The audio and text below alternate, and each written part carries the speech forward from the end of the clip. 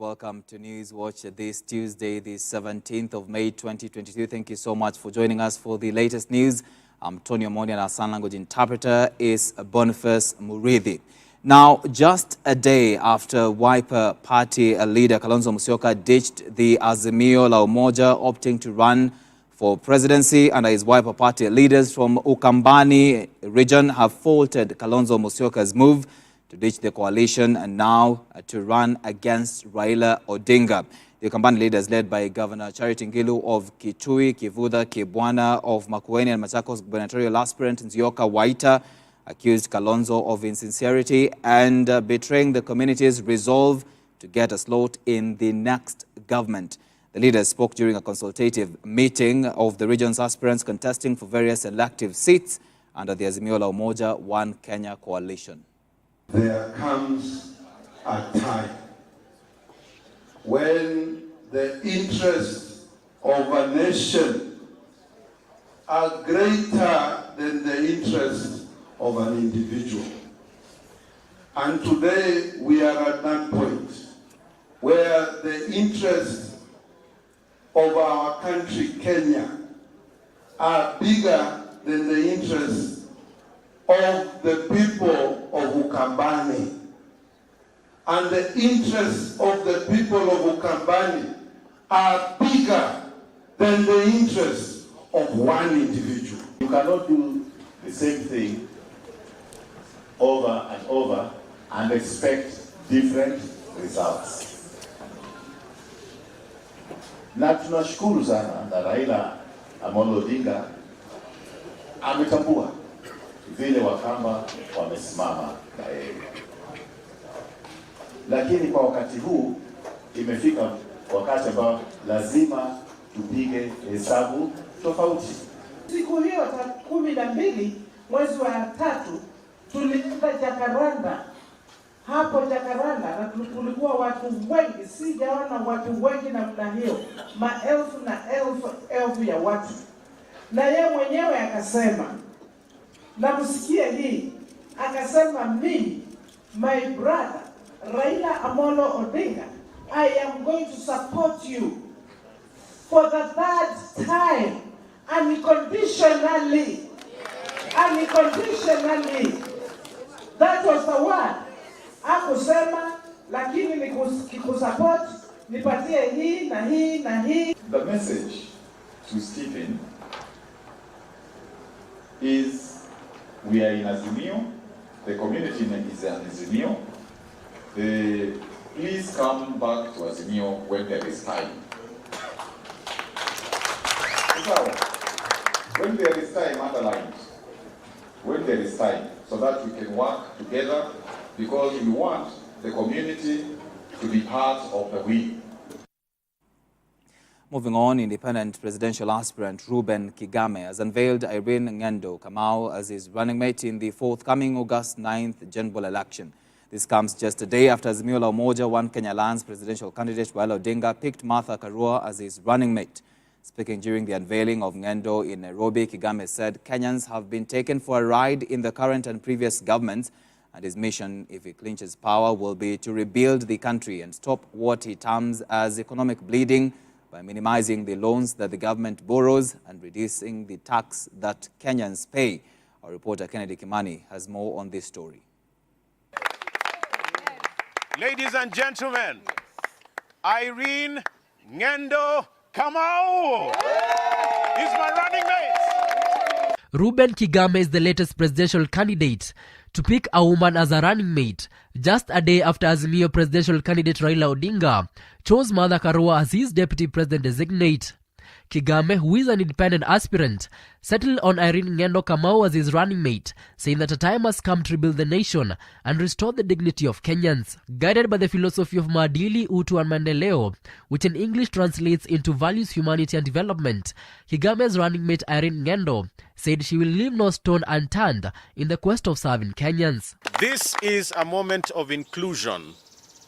It is a moment of building the nation. It's the point in time we have all been waiting for, where everybody feels welcome and accepted at the table. Whether you are Christian or Muslim or Hindu or atheist or without any affiliation of anything called faith. Maadili, utu na maendeleo.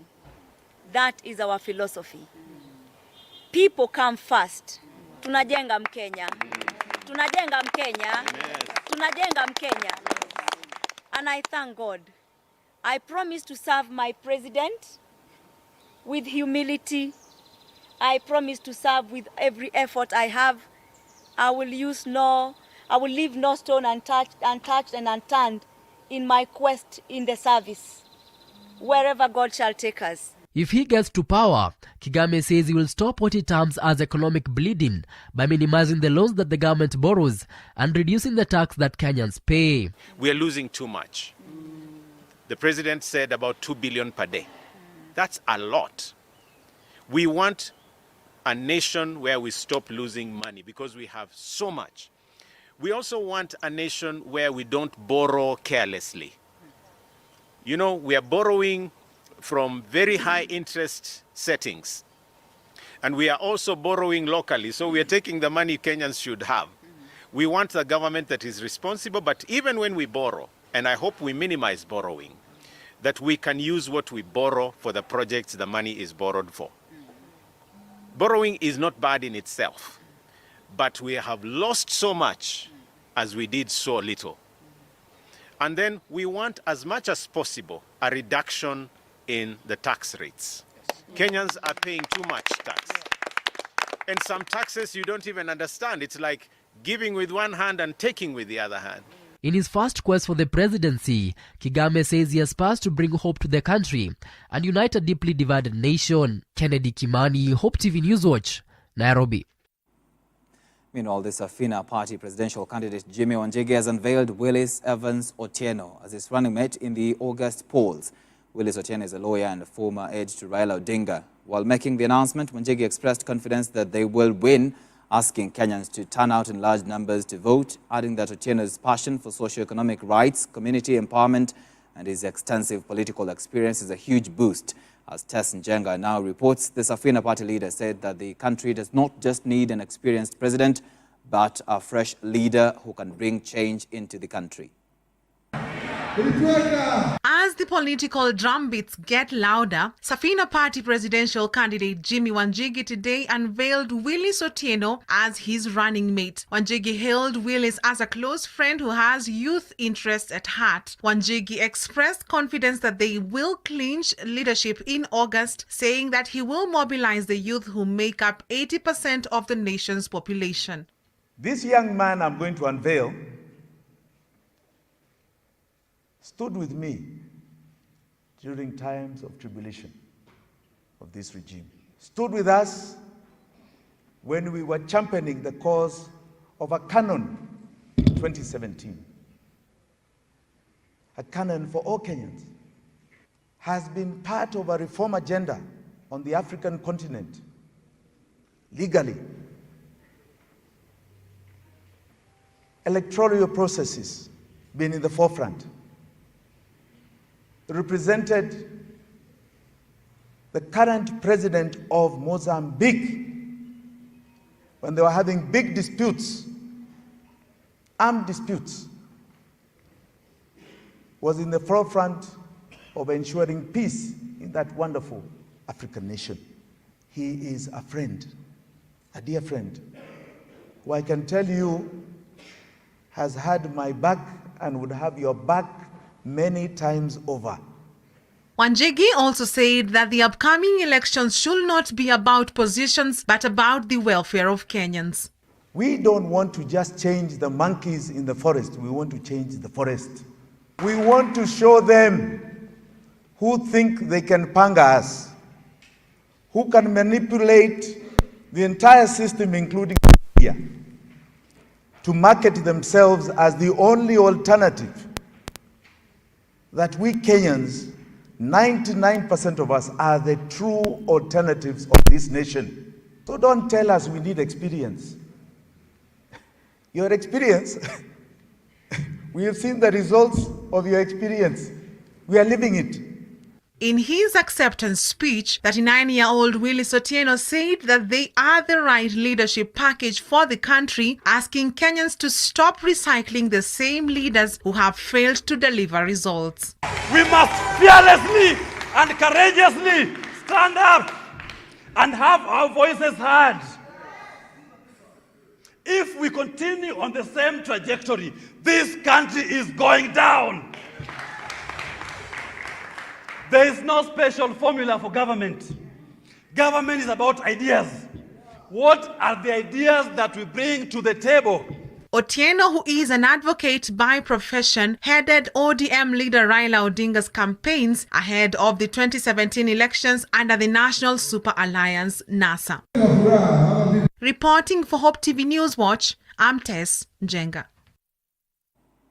Moving on, the women of Kenya have congratulated Martha Karua for her appointment as ODM leader Raila Odinga's running mate in the forthcoming election. The women have celebrated Karua for breaking the gender barrier and setting the pace for other aspiring women leaders. And as the country gears up for election, women have reiterated their stance that no Kenyan should suffer losses of any kind on account of shambolic election, as Dolly Muregi reports.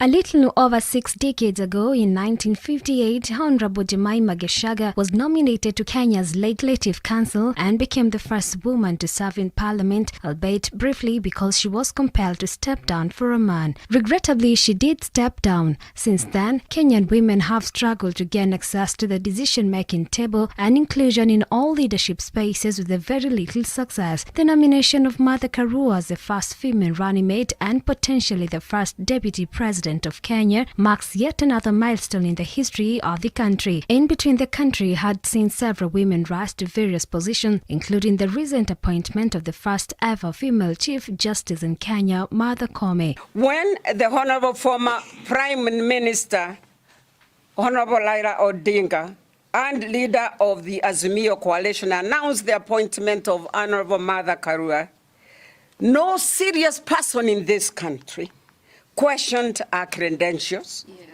standing in society, and leadership capabilities on a basis of gender. She stands tall as a woman, but more importantly to note is that as a leader in her own right, she stands out. The women of Kenya under Alwayn Mediation Network have commended Raila Odinga's move to dare to do what other male leaders have refused by appointing a woman as his principal assistant. The women have, however, maintained that they will continue to stand in full support of political coalition and leaders who support and affirm women. We have been fighting for the 2/3 gender rule. We have been trying to push a woman president, and that was not possible using the means that we were trying to use before. But now it's closer than ever before, because once you are a deputy president, then you are poised to be in a position to fight for the seat of president. For us in the movement of women with disability is light at the end of the tunnel. We say that if it has happened to one of us as women, the possibilities of this also happening to the women with disabilities are very high. As the official campaign period in Kenya is just a few days away, the women have reiterated their call and stance that no Kenya should suffer losses of any kind on account of a mere general elections. Anyone found culpable of violations should be held accountable and punished according to the law. We are calling on the leaders to take the highest responsibility for this. Women and Alwyn will continue, as women and Alwyn, we will continue our vigilance to ensure that our county transitions peacefully. Dolly Muregi, Hope TV, Nairobi. Civil society organizations are championing for peaceful election as the country draws closer to the August 9th general election. A group of human rights organizations converged at a Nairobi hotel where constitutional institutions such as the IEBC, the judiciary and the office of the Registrar of Political Parties were challenged to ensure that the August poll is free and fair for peaceful Kenya. This even as political temperatures continue to rise with the naming of running mates for presidential and governors' positions. Dickens Luvanda tells us more. Less than 85 days to the August 9th general elections, civil society organizations are concerned with the state of the country's preparedness. We were holding this convening or this conference to sort of kick off the countdown to 100 days to the election. Led by Angaza Movement, Journalists for Justice and the Kenya Human Rights Commission, the organizations converged at a Nairobi hotel to discuss the road to a peaceful election. And some of the things that we've been looking at are the preparedness of the institutions with regard to technology, the preparedness of the civil society, the preparedness of the media to monitor and observe these elections and ensure that they are free, fair, credible, and transparent. Institutions have let the citizen down, and the message we as the Angaza movement have been putting forth is that the citizen has to step up to the plate and take charge of securing this election themselves. The confirmation of the IEBC's voter register to eliminate dead voters has been outlined as one of the critical areas for a credible poll that IEBC must prioritize, with the office of the registrar of political parties being put on the spot. We cannot be talking about free and fair if we're also not putting our country in the hands of people who do not espouse, Chapter 6 of the elections, and even just hold the values that we believe is very, very important. The other aspect, of course, is the recognition that for the first time we're also saying that citizens are going to be at the center of this conversation, and not what we have seen repeatedly, where it is politicians who are setting the agenda. We want citizens to come to the front, to take the responsibility and demand that there are certain standards that all institutions that have been tasked with the responsibility of managing our elections actually perform. If we're talking about the judiciary, then we must make sure that where there is dispute, it is settled in a way that it is efficient and it is fast. According to the organizations, a huge chunk of Kenyans opted out of one political party during the just concluded political party's nomination after they realized that they were members without registration, a matter that bends the question of data privacy. The civil society organizations have also issued recommendations to relevant institutions and asked Kenyans to vote out leaders whose reputation has been marred with the corruption allegations. We have a lot of information out there about people who have got court cases or people who have been reported to have mismanaged our resources. How do we take this conversation to the community to understand the linkages between the sort of leaders that we identify to be able to guide us or lead us? Chapter 6 is very clear on, the caliber of leadership, the values and whatever we need to look out for in leaders. So they shouldn't vote them, and we need to normalize independent, voting in independent candidates, because, given how the party primaries was done, some people are, there was a lot of negotiated democracy, and you are finding that in some places people are imposed and the citizens do not want them. So we are telling them it is fine to vote in an independent candidate to the extent, so long as this person meets the integrity threshold. Dickens Luvanda, Hope TV News Watch. Away from that, President Uhuru Kenyatta has called for tangible, practical and sustainable solutions to the challenges facing Africa's urban areas. Speaking at the lakeside city of Kisumu when he officially opened the 9th edition of AfriCities, President Kenyatta noted that the summit provides an effective forum for the continent to take stock, reflect and plan on the best ways of addressing the challenges of urbanization. This year's AfriCities Summit, held under the theme, The Role of Intermediary Cities of Africa in the Implementation of the Agenda 2030 of the United Nations and the African Union Agenda 2063, is the first to be hosted in an intermediary city. At the same time, President Kenyatta emphasized the need to scale up the role of intermediary cities as the next frontiers of African urbanization and development. While speaking at the panel discussion session of the AfriCities Summit, former Prime Minister Raila Odinga, who is also the African Union AU High Representative for Infrastructure Development, underscored the importance of infrastructure in addressing the challenges of urban areas in Africa. In Kenya, Your Excellencies, we began doing this when Kenyans approved a new constitution in 2010, introducing devolution in our governance under the presidency of Excellency Uhuru Muigai Kenyatta. Today, the devolution project has replaced fear of exclusion at the grassroots, with participation and involvement in decision-making. In intermediate cities like Kisumu, plenty of evidence is already available regarding the dividends of devolution. Intermediate cities also have the potential to address inequalities among groups that have arisen from central power structures that disproportionately channel resources to few urban areas.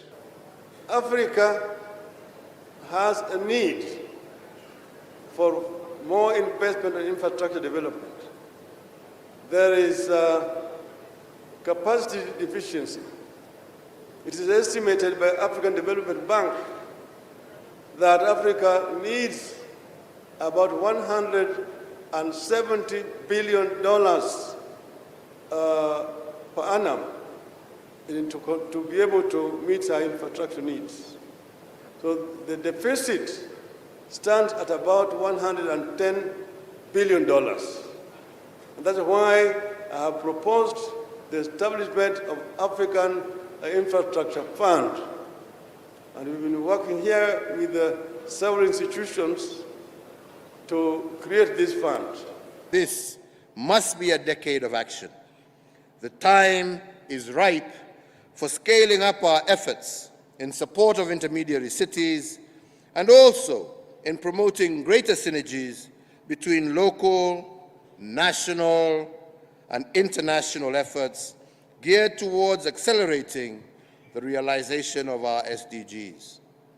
In every community and nation in Africa, there are sayings that recognize that in unity there is strength, and there is no challenge, no matter how seemingly insurmountable, can prevail over unified and united actions. All right, with that, let's take a short break on News Watch. We'll be back with more stories. Just stay with Hope TV.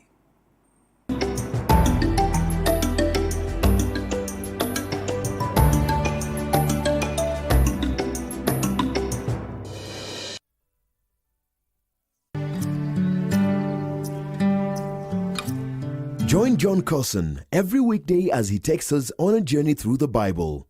Whoever shall seek to save his life, if you go back to living for yourself, you're going to lose it.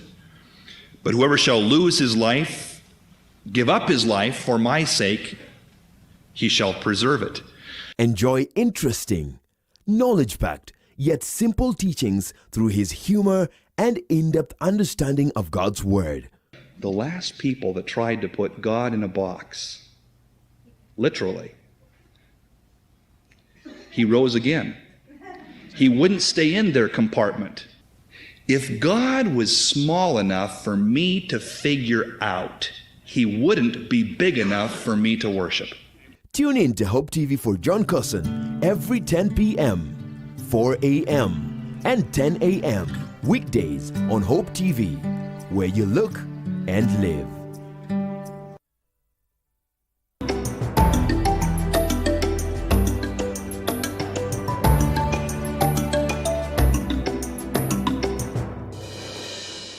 Back to News Watch. Deputy President William Ruto has castigated the Azimio la Umoja leader Raila Odinga for what he called political conmanship.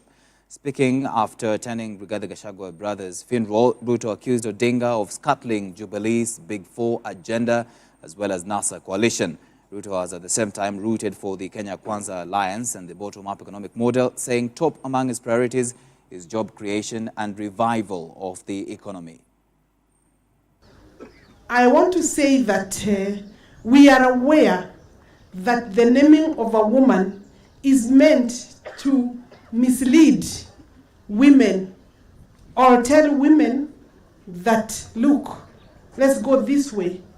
Oh no, women are not looking for one position, Your Excellency.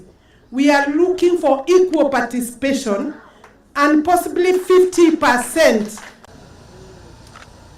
Tofauti kati yetu na wale tunashindana na wao ni kama usiku na mchana.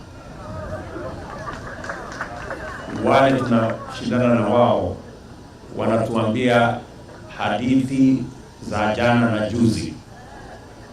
Sisi tunapanga uchumi wa leo na kesho. wale ambao tunashindana na wao wanatuambia ya kwamba wanataka kurekebisha katiba kufaidi viongozi. Sisi tunasema tunataka kubadilisha uchumi kufaidi wa Kenya wa kawaida mamilioni katika taifa.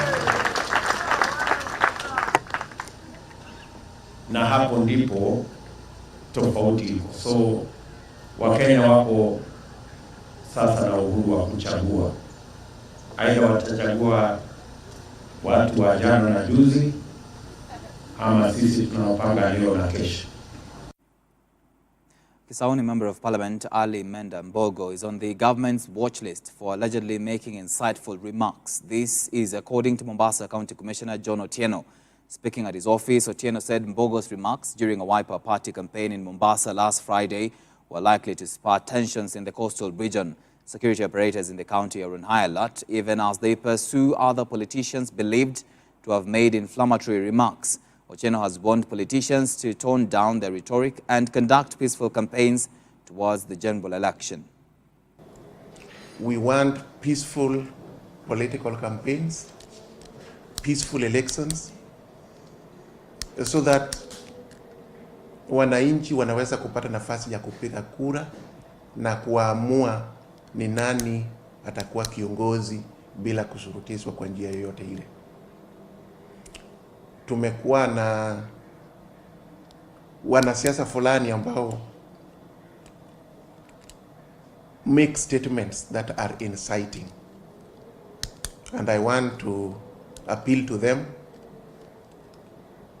to be very realistic and considerate, knowing that the statements that they make might incite the public to violence.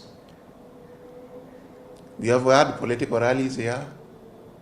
We have listened to statements from some of the politicians, and we are putting them on notice that the law will take its course. They must play within the rules. We had statements from one of the MPs, maybe to mention the name Ali Mbogo, and we want to tell them that they must play in accordance with the rules so that we have a peaceful county. We approach elections as a peaceful community.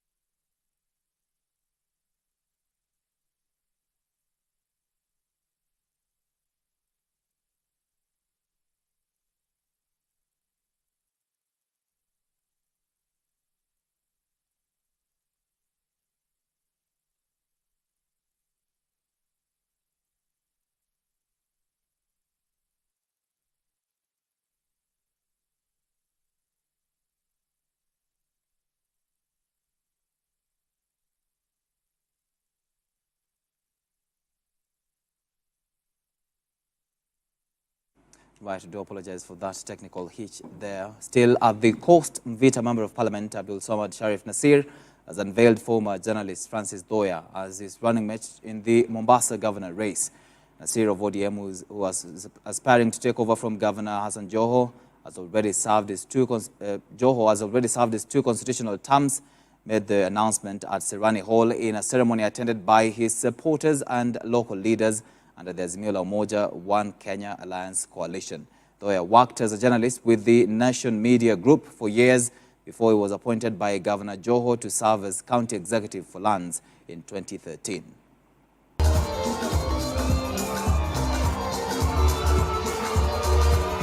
Within the first 100 days of our administration, we intend to roll out the Serikali Mitaani program, which will bring government and all of its services from the governor's office to your doorstep.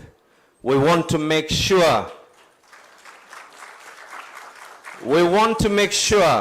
that services are accessible to where you are. We will make sure the sub-county administration is expanded from sub-county and ward administrators to include village administrators who will be drawn from our local communities. Na waomba watu wa Mombasa, kama mnanisikia, tukatae kiongozi yoyote ambaye atajaribu kutugawanya kikabila. Tumkatae. Tumkatae kiongozi yoyote atakayejaribu kutugawanya kwa misingi ya dini.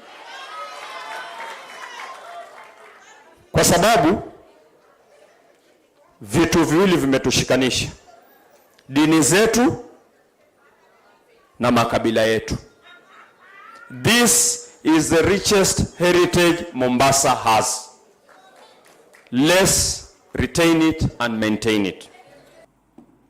To the North Rift now, Kisses MP Dr. Swarup Mishra, who is seeking to retain his seat on an independent ticket, was moved to tears after receiving a heroic welcome from his constituents in Kisses town 2 days after the Kenya Kwanza Brigade leaders blasted him for shunning away the UDA party, which is the dominant party in the Rift Valley region. Over the weekend, during a Sunday interdenominational prayer event hosted by UDA nominees, the leaders, led by Kiminini MP Didmas Barasa, urged the locals to resist independent candidates and embrace six-piece voting system, while stating that voting for independent candidates will be helpful to the UDA party and its leadership. No mistake, please, apologetic and forgive me. Forgive me. I'm your son. I'm your father. I'm your brother. So forgive me. Listen, we have to work together. By the grace of God, and your blessings and your prayers, we made 5 years with 2.5 years with Corona.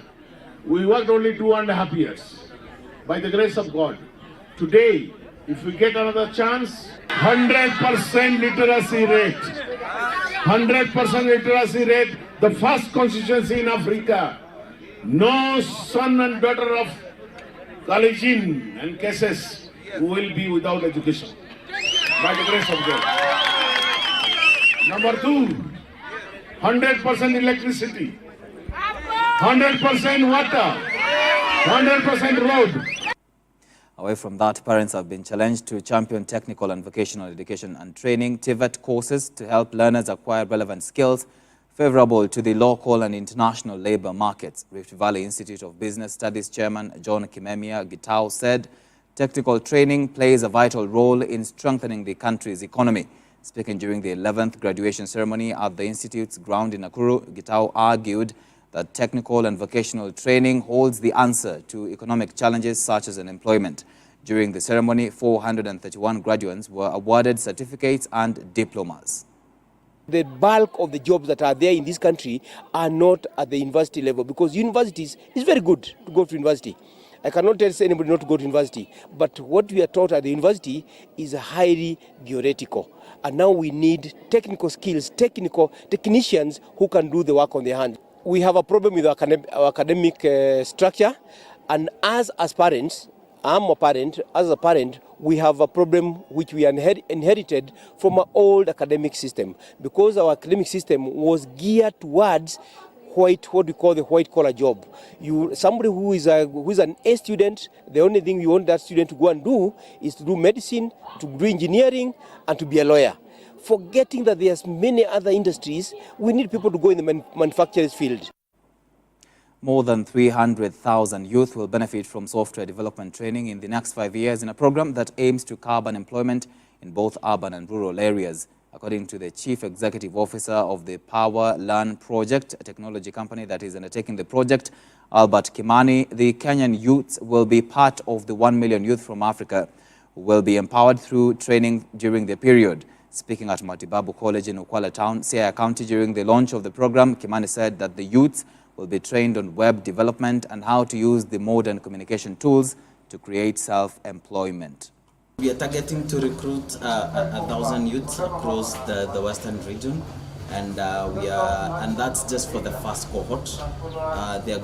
This program runs all the way to 2027, and out of the 1 million target by then, I think Kenya, we have set aside 300,000 learners to come from Kenya. So I think that's a very, very ambitious target, and we're fortunate enough that these opportunities is accessible and for any young Kenyan over the age of 18, because we want them to access jobs, can access these opportunities. We are focusing on very specific practical skills. And those are the skills that we are focusing on. We actually are training people in Python, databases, web development, and that with Flutter. As databases, basically, we're training young men to know how to handle data for web development. We are training young men how to write web applications with Python. Basically, we are training people how to use Python, which is a programming language to do data analytics, and with data, that with Flutter, we're actually training them to do mobile applications.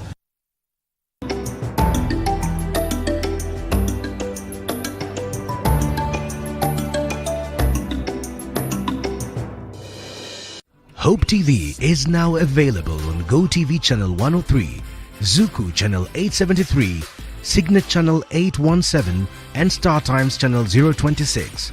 Enjoy our uplifting content and family-friendly programming anytime. Hope TV, you look and live. Hope TV is where you look and live, with an excellent selection of the best Christian programming consisting of local and international content, of inspirational stories, talk shows, Bible commentary, youth, health shows, children entertainment, contemporary gospel music, extended times of worship, live broadcast, news, movies, drama, Christian ministry programs, and so much more. Hope TV is another quality service from Christ is the Answer Ministries, with over 45% of authentic and credible local content every week. Hope TV is a sister station to Hope FM, Kenya's leading Christian radio station, with footprints across the country. Tune in to Hope TV, where you look and live.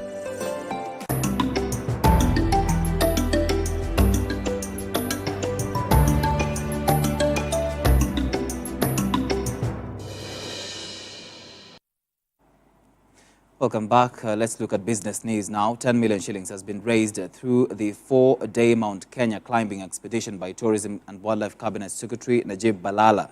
The funds will be used to improve visitors' experience at the which is one of Kenya's greatest landmarks. Construction works are now expected to commence immediately to improve and develop sanitation facilities, hiking trails, as well as other amenities that have been a pain point for climbers who visit the mountain for a hiking experience. Speaking after successfully completing the climb together with fellow hikers who included M-Pesa Managing Director Sitoyo Lopokoyit, Visa Kenya Country Manager Eva Sarwari, and Vipingo Ridge Chairman Alastair Kavanagh, among others, CS Balala thanked the sponsors who had come on board to support the initiative that would improve the hiking experience at Mount Kenya and position it as the most preferred climbing destination in Africa.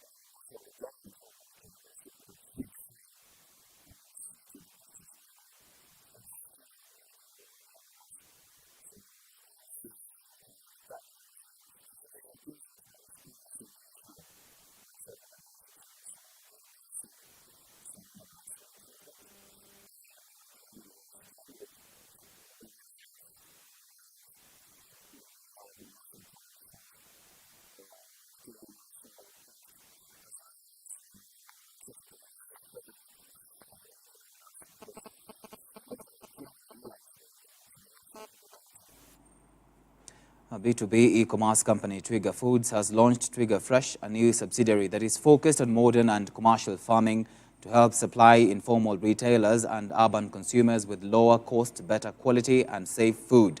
Through the $10 million investment, the company will scale the efficient production of domestic horticultural staples like onions, tomatoes and watermelons, significantly lowering the cost. The investment in Kenya will make this one of the largest single horticultural farms in Africa, focused purely on the domestic market. The farm in the long term will be funded through debt in partnership with development financial institutions focused on primary agriculture and food security. The disruption you have brought into the space of the mama mbogas, particularly being able to pay them within 24 hours, whereas they had been, 90 days sometimes previously. Huge change in the amount of money left in their pockets, and increasing the amount of money in their pockets, and reducing the price of, which goes to reduce the price of food to the end consumer, is admirable. So sometime last year, we created a new subsidiary, Twiga Fresh, and this subsidiary is essentially focused on food production. Twiga Foods will continue doing the distribution and the e-commerce business. But with Twiga Fresh, the opportunity here is figuring out a way in which we could actually step change that. And what we did is that in the last couple of months, we put together a project which is about 650 hectares of, state-of-the-art irrigation, precision agriculture. And essentially, this is a project that I'm very, very proud of, because what we've done in a very, very short span of time is to step change. During the launch, we are going to offer our customers some exciting promotion that we are going to run. So we want to sample over 1 million kgs of fresh. And what we are going to do is for every 20 kilos of tomatoes they're going to buy, we are going to give them a discount of up to 50%. So in terms of cashback. So if they buy a crate of 20 kilos, they'll get into their e-wallet upon payment of their order 50% of what they bought.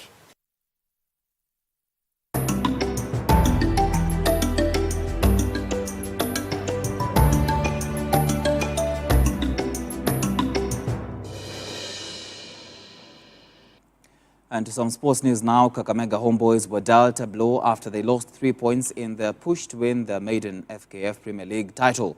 Homeboys were deducted 3 points after Mathare United were relegated on Saturday. The 2008 champions had missed 3 matches against Bandari, Ulinzi Stars and Sofapaka, and were officially relegated to the National Super League by the FKF Transition Committee. Tusker and Homeboys are tied at the top of the standings on 56 points, but Tusker top on goal difference. Homeboys have 4 rounds of matches left, while Tusker has 3, and the Brewers hope Bernard Mwalala's men will drop points in one of the 4 matches remaining to see them defend the title they won last term. And Arsenal's hopes of qualifying for the Champions League are now out of their hands. They served 2-0 defeat to uninspired Newcastle at St. James Park. The Gunners went into the game knowing a win combined with another 3 points at home to Everton on the Premier League's final day on Sunday would have guaranteed their return to the competition for the first time since the 2016-17 season. Arsenal will now need to beat Everton at the weekend and hope Tottenham lose at bottom side Norwich, given their North London rivals are 2 points better off and have a far superior goal difference. That story brings us to the end of this live broadcast of News Watch. Thank you so much for watching. Till next time, God bless. I'm Tonyo Mondi, and our sign language interpreter has been Boniface Muridhi. Have a good night.